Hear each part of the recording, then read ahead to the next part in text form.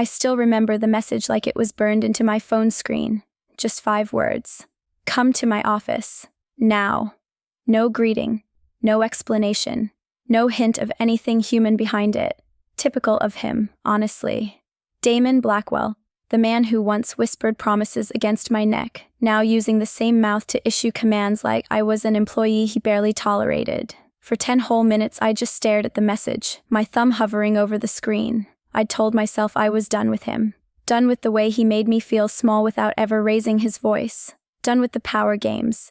Done with the ache that living without him had carved into me. But a part of me knew, if he was summoning me, it wasn't for a reunion.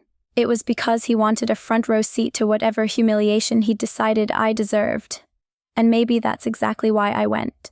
I slipped my phone into my pocket and looked over at the tiny figure curled in the portable carrier beside me. A soft, rhythmic breathing, tiny paws twitching in a dream. Our pup. Though he didn't know about him yet, I felt that familiar tightening in my chest. The guilt and the protectiveness twisted together so tightly they were indistinguishable. Looks like we're going to see your father, I whispered, brushing a fingertip down the pup's cheek. Not how I wanted this to go. On the cab ride to Blackwell Tower, memories kept ambushing me, his hand on the small of my back, guiding me through a crowded gala, his voice low and rough telling me he saw something in me no one else ever bothered to notice. And then the last fight, the one that felt like a door slamming hard enough to shake the foundation of who I thought I was. I told myself it didn't matter anymore, that whatever this meeting was about, I wasn't the same person who cried in his penthouse elevator while leaving him behind. But walking into the marble lobby of his tower, God, it still got to me. The intensity of the place, the way everyone straightened when his name was mentioned, the cold, expensive air that felt like it belonged to him. I signed in at the desk, shifting the carrier strap on my shoulder. The receptionist's eyes flicked down to it, but she didn't ask. No one questioned anything in Damon's building, not when it involved me, not anymore. The elevator ride to the 54th floor felt like it took years. My reflection in the mirrored walls looked steadier than I felt. I kept replaying all the possibilities. Maybe he'd found out about the pup. Maybe he wanted something. Maybe he wanted nothing except to remind me who he thought had the power. But then the elevator dinged, the doors sliding open to the private floor that used to feel like a world only we knew. His world. I stepped out, heart hammering. The hallway was empty, quiet. That same hush I remembered from nights when it was just him and me and the city lights leaking through the glass walls. Then his assistant appeared, tapping a manicured hand against her tablet. "He's waiting," she said, her voice clipped. "And he's not in a patient mood." Of course he wasn't. I adjusted the strap of the carrier and walked toward the heavy double doors at the end of the hall. Every step felt like peeling back a layer of the person I'd rebuilt since leaving him. Right before I pushed the doors open, I exhaled. Slow, steady, the way the nurse had taught me during labor, the way I always breathed when fear threatened to slip under my ribs. "All right," I murmured to the tiny sleeping figure at my side. "Let's see what the king of this tower wants from the woman he threw away." And then I walked in. I left earlier than I needed to, mostly because I didn't trust myself not to turn the car around if I waited too long. The city was already buzzing when I pulled out of the apartment lot, the sun hitting the windshield just enough to make my eyes sting. Or maybe that sting came from something else. The pup was strapped into the carrier against my chest, warm and impossibly small, sleeping with that soft, uneven breathing babies have when they're just learning the rhythm of the world. I kept a hand over the back of the carrier as I walked, partly protective instinct, partly to steady myself. His building rose over the skyline like it always had, a black glass monument to money and ego. I hadn't been near it since the night everything fell apart. The closer I got, the more my stomach tightened, like my body remembered things my mind had tried to forget. The revolving doors whooshed open, and suddenly I was inside, surrounded by marble floors, sharp perfume, and people who walked like the world parted for them. I used to move like that too when I was with him. I didn't realize how much of that confidence wasn't mine. The receptionist looked up, ready to paste on her professional smile, but the second she recognized me, her expression flickered. Just for a second, surprise, curiosity, maybe even a little discomfort, as if I were a ghost who wasn't supposed to come back. "Good morning," she said, voice a little tighter than before. "You're here to see. He's expecting me," I cut in. I didn't mean to be sharp, but the words came out that way, like muscle memory from a life I'd stepped out of. Her eyes drifted down to the carrier on my chest. I watched the moment she realized what she was looking at. Her lips parted slightly, then pressed together. She didn't ask questions. She just cleared her throat and gestured toward the private elevator. He said to go straight up. Of course he did. He liked controlling entrances, exits, everything in between. The elevator door slid shut and suddenly it was quiet. Just me, the soft hum of machinery, and the faint warm weight of the pup against me. I looked down at that little face, peaceful and unaware, and a wave of guilt washed over me. Was I doing the right thing bringing them here? Letting him see what he'd never cared to know? But another thought pushed its way through. He doesn't get to hide from consequences forever. When the elevator dinged at the top floor, I stepped out into the long hallway that led to his office. The walk felt endless, each step echoing a little too loudly. I remembered walking this hallway so many times before, usually in heels, usually anxious, usually rehearsing how to make myself smaller so he wouldn't get irritated. But this time, every step felt heavier, rooted in something real. Motherhood does that to you. It makes you protective, but it also makes you honest. You stop pretending you don't feel what you feel. Halfway down the hallway, I had a moment where my hands started trembling, not from fear, from the flood of memories slamming into me all at once. The way he used to look at me like I was both a distraction and a privilege. The way I let him. The pup stirred, tiny fingers brushing against my shirt, and the trembling stopped. Just like that. By the time I reached his office door, that enormous slab of smoked glass with his name in silver letters, the shame he wanted me to feel had burned off. All that was left was clarity, and a slow, simmering anger I hadn't allowed myself to acknowledge until now. I adjusted the carrier, took a breath, and wrapped my fingers around the handle. If he thought I was here to kneel, he was about to learn exactly who I'd become during the year he never bothered to ask about. The door didn't make a sound when it closed behind me. His office was exactly how I remembered it. Wide, cold, expensive, with floor-to-ceiling windows showing off the city like he owned every inch of it. He was standing with his back to me, hands in his pockets, staring out at the skyline like he'd been waiting for an audience. "Close the door," he said without turning. I didn't. I let it drift shut on its own. He finally looked over his shoulder, probably ready to deliver whatever rehearsed humiliation he'd planned. But the moment his eyes landed on me, or rather on the small bundle strapped to my chest, the words just died. For a man who prided himself on never losing composure, the silence was almost satisfying. He turned fully, brows pulling together in something I'd never seen on him. Uncertainty, confusion, maybe even fear. He didn't take a step toward me. He just stared, jaw clenched so tight a muscle jumped in his cheek. "What is that?" he asked. Not gently, not kindly, like the pup was an object I'd brought to inconvenience him. I put a hand over the carrier, feeling warmth through the fabric. "A baby," I said. "What does it look like?" His eyes flashed. "Don't play games with me. I'm not the one who invited someone here without a single explanation." He opened his mouth, then closed it again.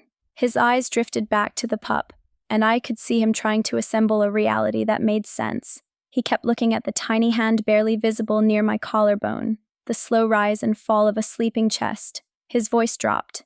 "Is it?" "Yes," I said before he could finish. "Yours." He didn't flinch. He didn't gasp, but something subtle happened. His posture stiffened, his breath caught, his lips pressed into a line so thin it was almost invisible. He looked like a man whose world had tilted half an inch off its axis, and he couldn't decide whether he hated it or feared it. "How long?" he asked, and it came out rough. "Since the night I left," I said. "You can do the math." His gaze snapped up to mine, sharp enough to cut. "You should have told me." "I tried," I said quietly. "You weren't exactly reachable." He knew what that meant. The unanswered calls, the messages he ignored because he was busy. The night he told me not to show up at his office without an appointment, even though I'd only come to tell him something important. He ran a hand over his jaw, then paced 2 steps away and 2 steps back, like he was processing a hurricane. But his voice, when he spoke again, had that familiar cold edge. "And you decided to bring it here?" he asked. "To my office? It's not an it. And yes, you wanted me here. You can deal with all of me." For a moment, he just stared. Not at the pup, not at the carrier, but at me.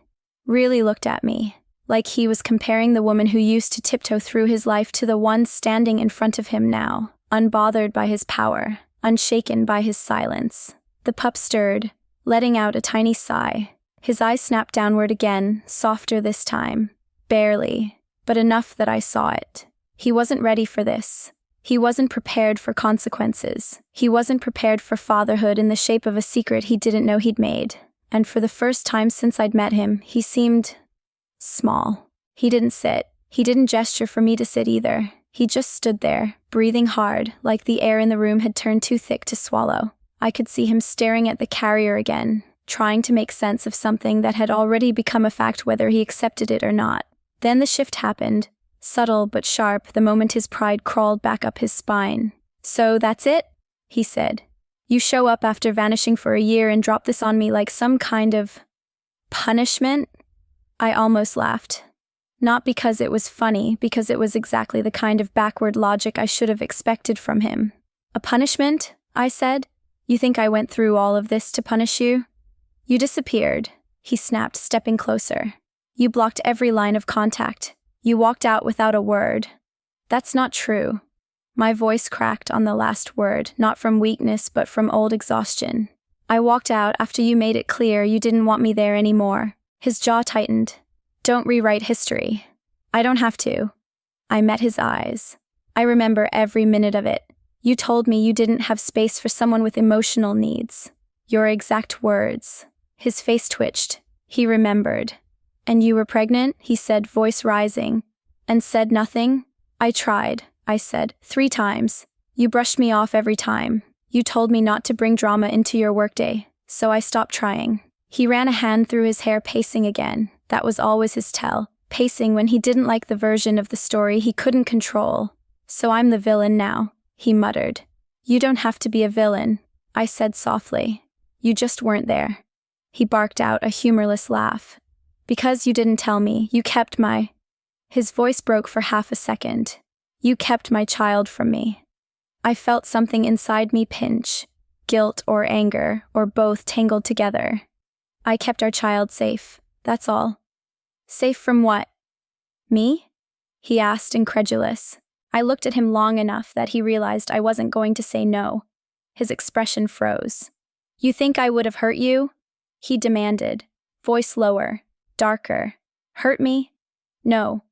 I swallowed, but ignored, dismissed, left to handle everything alone. I motioned to the carrier. "You already did that, long before this one was born." He opened his mouth, then shut it again.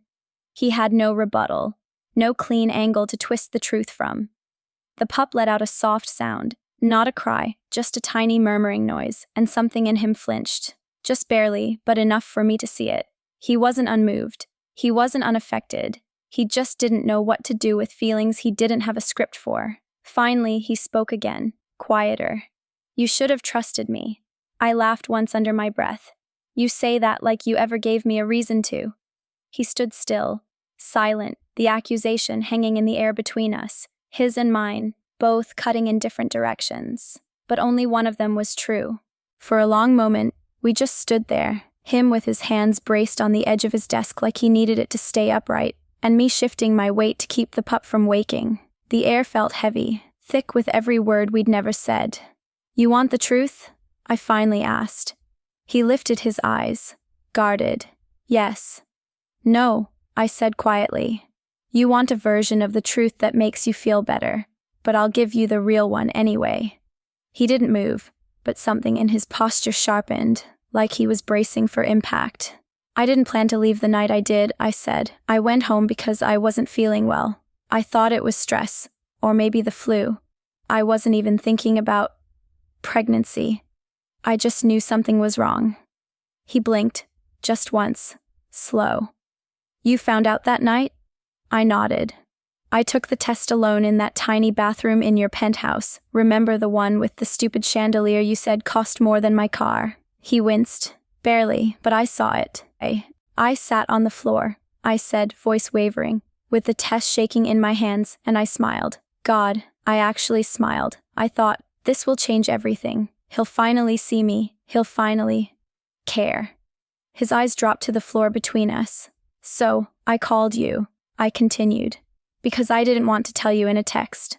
I wanted to see your face, even if it was a video call, but your assistant picked up instead. She told me you were in a meeting and didn't want to be disturbed unless something was literally on fire. He shut his eyes, jaw pulsing. I stood there, I said softly, holding that little plastic stick, and I realized I wasn't on your list of emergencies. I wasn't even close. He opened his eyes again, and for once, they weren't cold. They were wounded. Or maybe just understanding the wound he'd caused. That night, I went on. I packed a bag. Not the big one, the small one. The kind you grab when you don't want anyone to notice you're leaving. I sat on the bed for a long time, staring at the door, hoping you'd call back, hoping you'd notice, hoping you'd need me. He swallowed but didn't speak. You didn't call, I said. And you didn't notice. Silence wrapped around us, thick and honest. When I walked out, I thought about leaving a note, I admitted. I even wrote one, but I tore it up. Because I knew what you'd think if you read it. You'd think I was being dramatic, emotional, overreacting. I nodded slightly. Your favorite words. He flinched like I'd slapped him. So I left, I said simply. I left because I knew the version of you I loved wouldn't survive the reality of raising a child, and the version of me you loved wouldn't survive being ignored while trying to. He pushed off the desk, taking a shaky step toward us, toward the pup, like he needed to see them again to believe any of this was real. I didn't know, he whispered. I know, I said. But you also never asked. The pup let out a small sleepy coo and he froze, staring as if the sound cracked something open in him. His voice when it came was rougher than before. What's their name? I hesitated, not because I didn't want him to know, but because the question finally sounded like the man I'd wanted him to be a year ago. I told him. And the way he whispered the name, barely audible, like he was tasting it for the first time, did something I wasn't prepared for. It made me wonder if, for the first time in our turbulent mess of a history, he was finally listening. He said the pup's name again, this time more firmly, like he was trying it on, feeling the weight of it. Hearing him speak it out loud stirred something deep in my chest. Not forgiveness, not yet, but a strange ache of what could have been. He stepped closer, slowly, like he was approaching a wild animal that might bolt. I didn't move. I just watched him, watching the small rise and fall of the pup's breathing. Can I? He started, then stopped, clearing his throat. Can I see them? Seeing them is what you're doing, I said, keeping my tone even. Holding them is something else. His jaw worked, a flicker of frustration there, not at me, but at the fact that he had to ask permission at all. A year ago, he would have taken whatever he wanted without hesitation. But now, he was hesitating. And that alone told me everything had shifted between us. He exhaled through his nose. I'm trying. I know. I surprised myself when I said it. The tension between us felt different, thinner but more real. Less about anger, more about truth. He took another small step forward, and then he did something I absolutely did not expect. He sat down, not in his leather chair, not behind his desk like a king calling his subject to kneel. He sat on the low sofa facing me, elbows on his knees, hands clasped, like a man who wasn't sure he deserved anything but was afraid to walk away. This didn't have to be a fight, he said quietly. It could have been something else. It was something else, I said, until it wasn't. He nodded once, sharp, accepting it in a way that felt foreign for him. You're right. The words landed like a dropped glass. I'd never heard him say them without a caveat. Without sarcasm, without a lecture following. You said you wanted me here, I reminded him. Why? What was this meeting supposed to be about? He blew out a breath and leaned back, looking up at the ceiling like he hated admitting the next part. I wanted to clear the air, shut the door on whatever history we had. You were a distraction, an unfinished thought. He looked at me again. But this, his eyes dropped to the pup. This changes everything. I almost laughed. You don't even know what everything means. Then tell me. There it was, the shift. The power flip I hadn't planned but felt settling into place like it had been waiting for its moment. I've raised them alone, I said. Every night, every fever, every bottle, every moment of wondering if I could do this right. You weren't there because you chose not to be there. His eyes hardened, but not at me. At himself. I can be there now, he said, voice low. Maybe you can, I said. but you don't get to walk in and declare it. You don't get instant access because biology says so. You have to show up, consistently, patiently, even when it's inconvenient. He nodded slowly, absorbing each word. I can do that. We'll see, I said. He leaned forward again, elbows on his knees. What do you want from me? That question, it caught me off guard. For so long he'd operated like the world existed to give him answers, not the other way around. I want you to understand, I said, choosing my words carefully, that you don't get to control this narrative anymore. Not mine, not theirs. His gaze sharpened, not angry, but clear. And if I want to be part of their life, then you listen, I said. And you learn, and you follow my lead. He didn't argue. He didn't push. He just nodded, slow and deliberate, like he was acknowledging a new reality. For the first time, I realized he wasn't the man holding all the power in the room. I was. He sat there staring at the floor, elbows on his knees, hands clasped so tightly his knuckles had turned white. For a man who built empires, who could buy entire companies with a single phone call, he suddenly looked human, fallible, smaller than the shadow he'd cast over my life for so long. I didn't feel triumphant, not exactly. It wasn't victory that washed through me, it was clarity. A calm I'd never known back when his moods and silences dictated the rhythm of my days. I want to be involved, he said finally, whatever it takes. That's not a promise, I replied softly. That's a sentence people say because it sounds good. His head lifted at that, eyes narrowing slightly, but there was no anger in them, just something like restraint, humility. The beginning of something uncomfortable for him, accountability. Then tell me what involvement even looks like, he said. Tell me where to start. I studied him for a moment. The expensive suit, the tension in his shoulders, the way he kept looking at the pup like he was afraid they might disappear if he blinked too long. You start, I said, by understanding that you don't get to dictate the terms anymore. His jaw tightened. I'm not trying to dictate. Yes, I cut in. You are. It's what you're used to. Commanding, controlling, negotiating, but this isn't a deal, and I'm not something you get to manage. He inhaled slowly, chest rising and falling with visible effort. All right, he said. Then what are your terms? There it was. The moment everything in him bent, just slightly. Enough for me to feel the shift in the air. I adjusted the carrier, feeling the pup's breath warm against me. First, I said, you don't get alone time. Not yet. Not for a while. I expected that, he said, surprising me. Second, I continued, you show up on a schedule, not when it's convenient for you, and you don't get to cancel last minute because something more important comes up. His throat worked.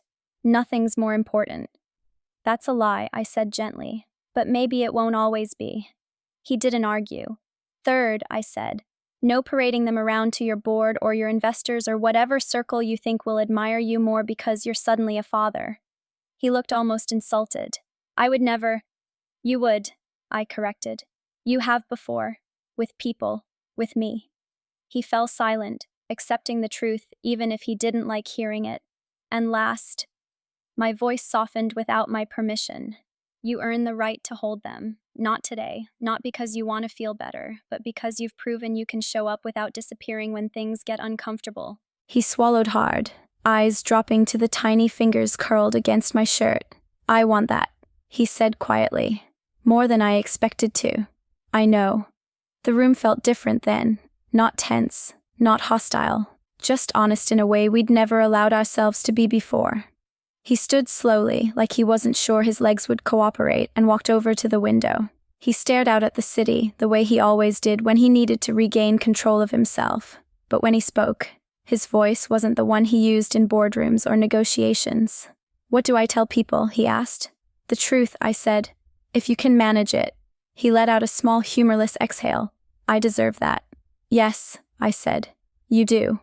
He turned back toward us, and there was something raw in his expression. Not regret exactly, but the realization that he'd missed something irreplaceable, something he couldn't buy or fix or command his way into.